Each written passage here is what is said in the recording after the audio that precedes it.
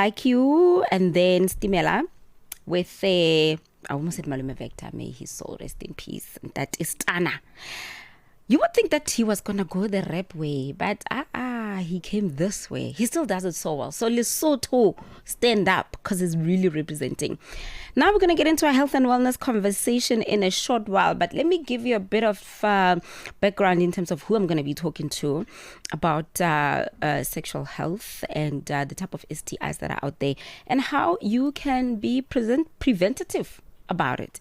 Dr Nomcebo Mthembu is a South African medical doctor, medical personality, and founder of Medulation Lifestyle and Lifestyle Clinic and Medulation Wellness Retreat Hospital, a licensed mental health and holistic rehabilitation facility in KwaZulu-Natal. Look, this quite a bit, so we're going to get into it. I just have to take a break now. It is 20 minutes past 10 Central African time. The whole population of Africa has been shocked to the depth of its soul. For 60 years, Channel Africa has been the voice that connects the continent, telling our stories and sharing our vision with the world. This year, we mark 6 decades of broadcast excellence. 60 years of stories, sound, and connection. 6 years of African conversations that matter. This is 60 years of broadcast excellence. Broadcast excellence. Rooted in Africa's heartbeat and looking boldly into the future. Join Channel Africa as we celebrate 60 years of broadcasting. Still strong, still vibrant, and still giving you the African perspective. Channel Africa. Out and About comes to you every Saturday, 9 till 12 noon, Central African Time. All right, now that we've paid the bills, let's continue. As I did say earlier on, we are going to be having a conversation with Dr Nomcebo Mthembu, and we're talking about good sexual health, and specifically with a focus on STI. Now, Doctor is known for her bold, clinically grounded approach to sexual health, relationships, trauma recovery, and preventative mental wellness. Dr Mthembu integrates modern medicine with African cultural psychology and positioning healing as both biological and relational. She is a regular national radio contributor and host of the podcast Intimately Speaking with Dr. M, where she addresses intimacy, identity, and human behavior with clarity and, of course, authority. Good morning, Doctor. Good morning, Puleng. Happy Valentine's Day. Happy! Is that why you're wearing red today? Yes, darling. I'm representing. Oh, that's good. So does it mean you are going somewhere after this to celebrate? Oh, darling, I'm always about love. But truth be told, I have a retreat. So generally on Valentine's weekend, I bring couples into a special place just to help them with their marital or relationship problems. So yes, it's going to be a very fun day. After I finish work today, I'm going to join them, and after I finish you. So yes, the weekend is packed with a lot of love and intimacy. So where's it? So the retreat is today. That's where you're heading after this, you say? Yes, darling. It started last night, though. It's been there you are there. Yes, darling, from last night it's been going on. Even today they're having activities, they're playing right now because, a big part of intimacy and relationship is playing. And so many people forget about just that play and laughter and just being like a child again. So that is happening right now. There's going to be a dinner by the river. There's going to be eating. It's just going to be a beautiful weekend. But also a lot of therapy, relationship therapy. Because people mustn't just leave there feeling, oh, we love each other, which they do. But I think what's important, they must feel that they have rebuilt their connection and their love and commitment for one another. Well, you speak about the importance of connecting, playing, feeling like a child again. And maybe this day would remind some of the couples that, hey, it all started with love. But how do we find that love again? But I want us to look at the health side of it. Sure. The health professionals are saying that STIs are currently in the rise. I don't know, is this true? And also, what type of STIs are out there?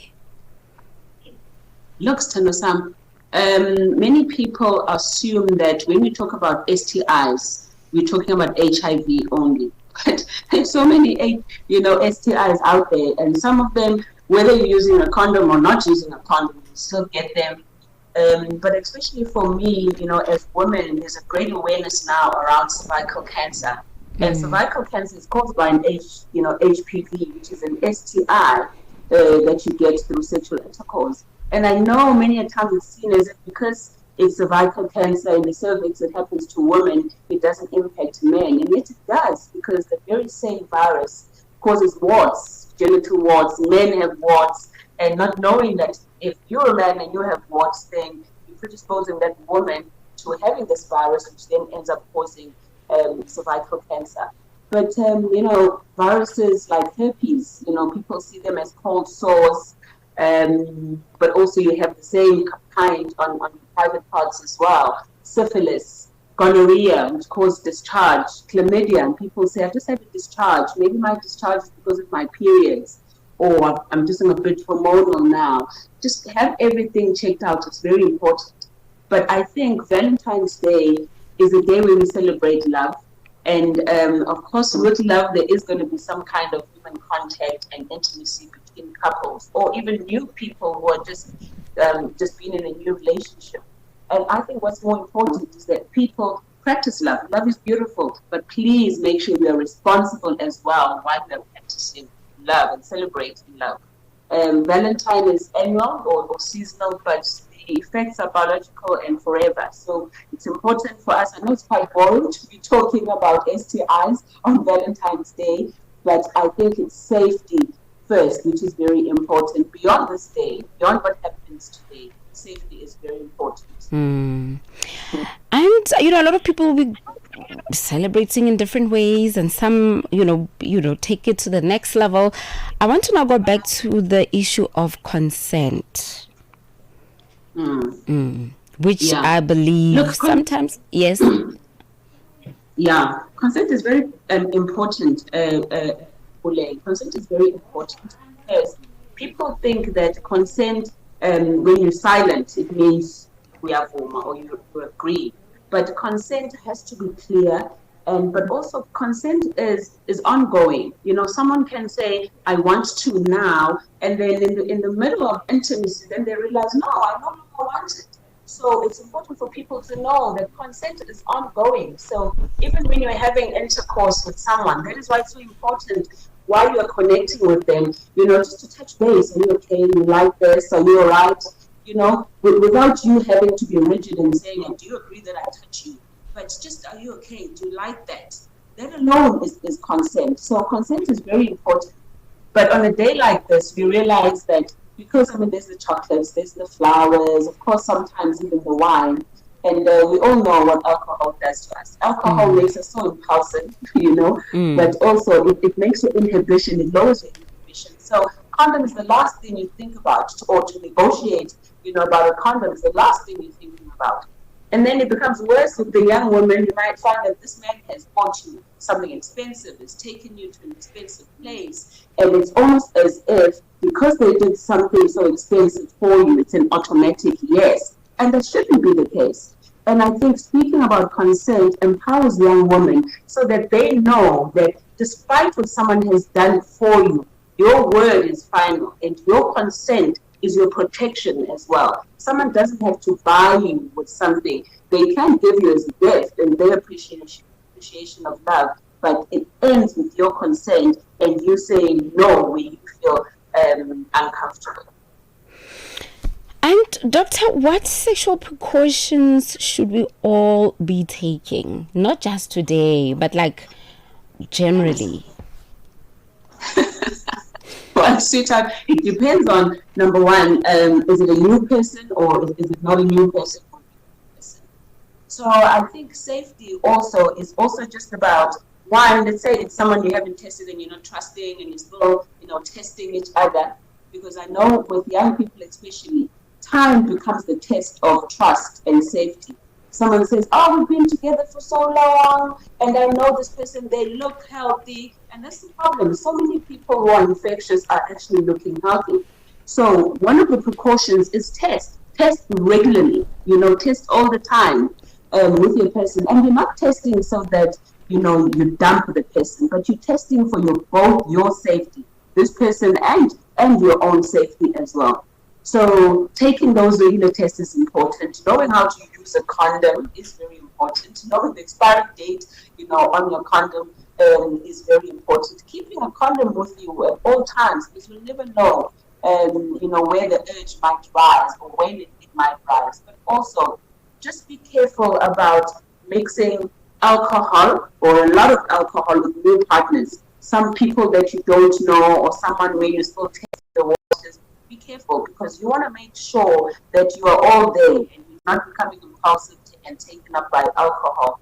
So, and just limit your new partners or limit sexual partners. I think that is also very important. But for women in particular, there's vaccines out there, like the HPV vaccines. So, find out about those. They go a long way in protecting you and your sexual health. Mm-hmm. And I don't know if there's any other aftercare methods that also couples and individuals should use, should they find themselves that they were not prepared prior. Sure. Yeah. Look, sweetheart, as an aftercare, if you say aftercare, it means something has already happened. Okay? So when something has already happened, of course, don't panic, all right? But take measurable steps. If you haven't used the condom, or the condom broke, or the condom, got lost inside the woman's vagina, go get tested. Number one, test yourself so you know where you are HIV-wise. And then if you are HIV negative, take the post-exposure prophylaxis, okay? Because that is for post, after you've been exposed. And make sure you do that within 72 hours, okay? But if you are sleeping around and you know you're HIV negative, if you wanted to protect yourself, there is something called the PrEP, which is the pre-exposure. So here you're basically taking HIV, medication, just in case you encounter and you sleep with someone who's HIV positive. All right. So those are some of the you have to consider if you have exposed yourself, but also taking an emergency contraceptive just after if pregnancy is a worry.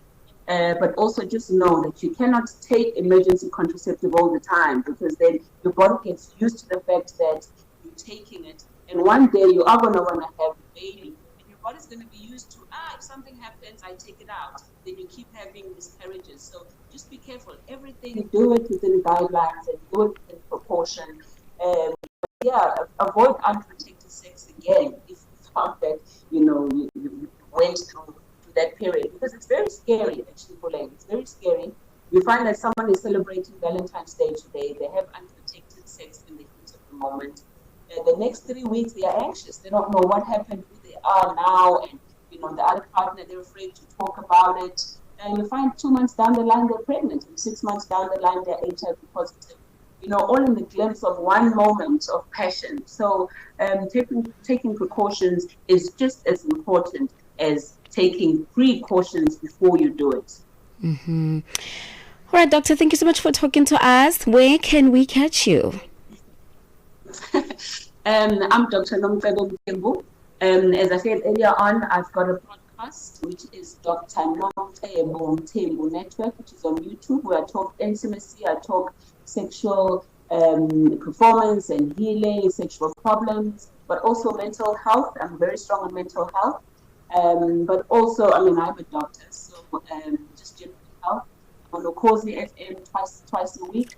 But my Facebook, it's Medilution, which is my brand, Medi, MEDILUTION. Medilution, that's where I am on Facebook, as well as on TikTok. Thank you so much for having me. Thank you once again for taking time out from your retreat, and say hello to everyone. Sure, baby. Have a lovely one. All right. That's the doctor this morning, just bringing us to reality that in the midst of all, don't forget that you also are a responsible adult. And that was Dr. Nomcebo Nomcebo Mthembu. It is now 10:33 Central African time. Are you still with us? Tell us what you think, how you're loving today, even if it's, a slow morning, but it's still the day of love. And love is a beautiful thing. I always say, no matter what's happening in your life, whether it's professionally, emotionally, relationshipally, financially, love is a beautiful thing, and all kinds of love. As long as there's love there, something always grows where there's love there. So maybe if you're also changing gears in terms of how you experience love, give love, what your view is love, maybe you're bringing it back to you. That's also the beauty. So why not celebrate love in that way as well? We are at Channel Africa 1 on all social media platforms. After that conversation, I'm sure, Luena, you want to be like, okay, let me take a break. So we're going to take a break. Keep Africa in your hands. Connect to our website for all your news, sports, and